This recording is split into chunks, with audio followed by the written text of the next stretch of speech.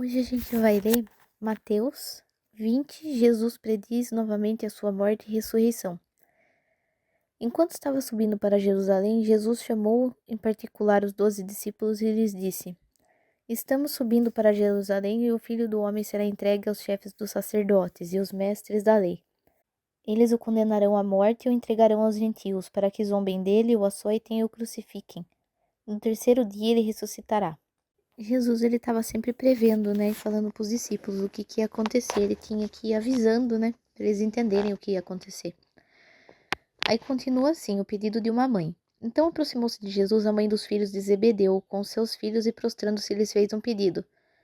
O que você quer? Perguntou ele. E ela respondeu, declara que no teu reino esses meus 2 filhos se assentarão um à tua direita e o outro à tua esquerda. E Jesus disse-lhes, vocês não sabem o que estão me pedindo. Podem vocês beber o cálice que eu vou beber?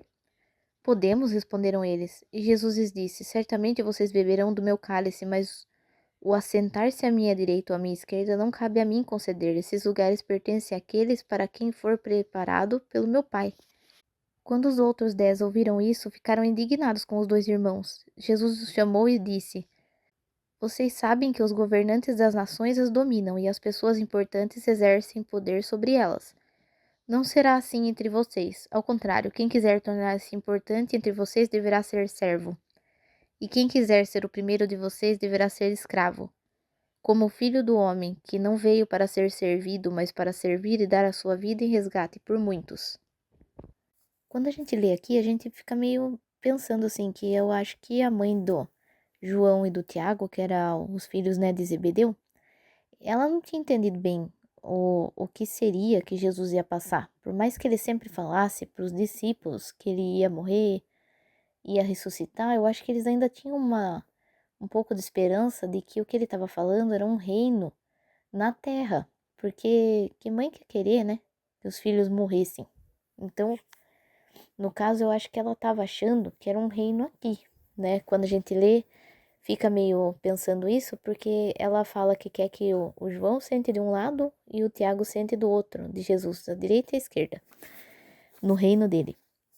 Aí ele fala assim, ó, e Jesus responde, vocês não sabem o que estão pedindo. Podem vocês beber o cálice que eu vou beber?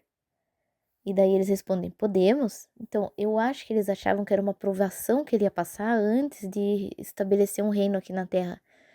Porque a gente vê que muitas vezes as pessoas achavam que ele veio para libertar, né, o povo judeu dos opressores aqui na Terra. Eles não tinham entendido bem, assim, que ele veio para salvar a humanidade.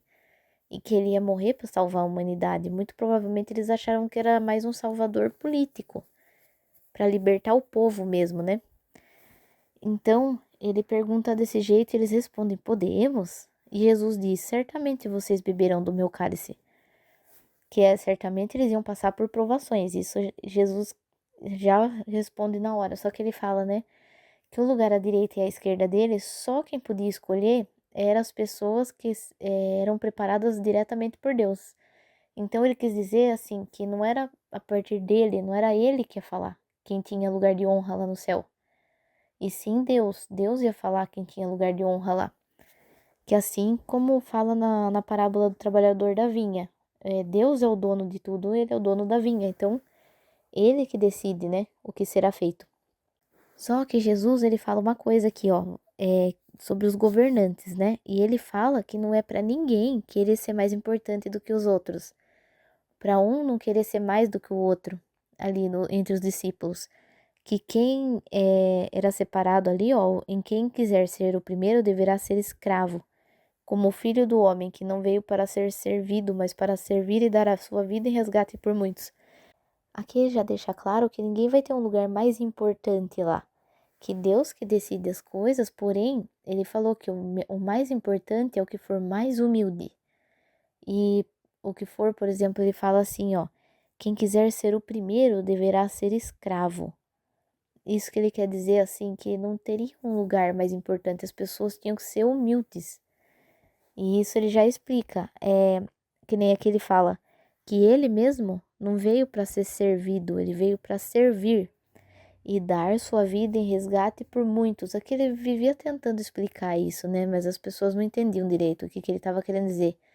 Então ele queria dizer assim que mesmo que as pessoas estivessem do lado dele, seguindo ele, fazendo tudo, não quer dizer que ia ter um lugar mais importante, porque ele veio para servir. Então quem estava com ele também tinha que pensar isso, que veio para servir, não para ser servido. E às vezes a gente pensa assim, é difícil pensar desse jeito, né? Porque a gente tem aquela ilusão, assim, às vezes, de querer algo, por mais que pareça que não, mas a gente quer melhorar, assim, mais prosperidade, tudo. O que você tem que pensar é tomar cuidado para às vezes você não tá querendo um lugar mais importante. Isso que ele quer dizer. A humildade é algo que ele fala muito, principalmente agora, aqui em Mateus, Jesus prega muito sobre a humildade. Ele fala que o reino dos céus é dos humildes. Então, sempre que alguém tenta se impor de alguma forma, assim, para sobressair entre os outros, ele fala a mesma coisa, que para ser humilde, você tem que ser humilde. Então, ele prega muito isso porque é bem específico, né? Que o reino dos céus é dos humildes. Então, ele sempre repete isso. Leia também para ver o que você entendeu, se é a mesma coisa, ou se você entendeu de uma maneira diferente. E até o próximo vídeo.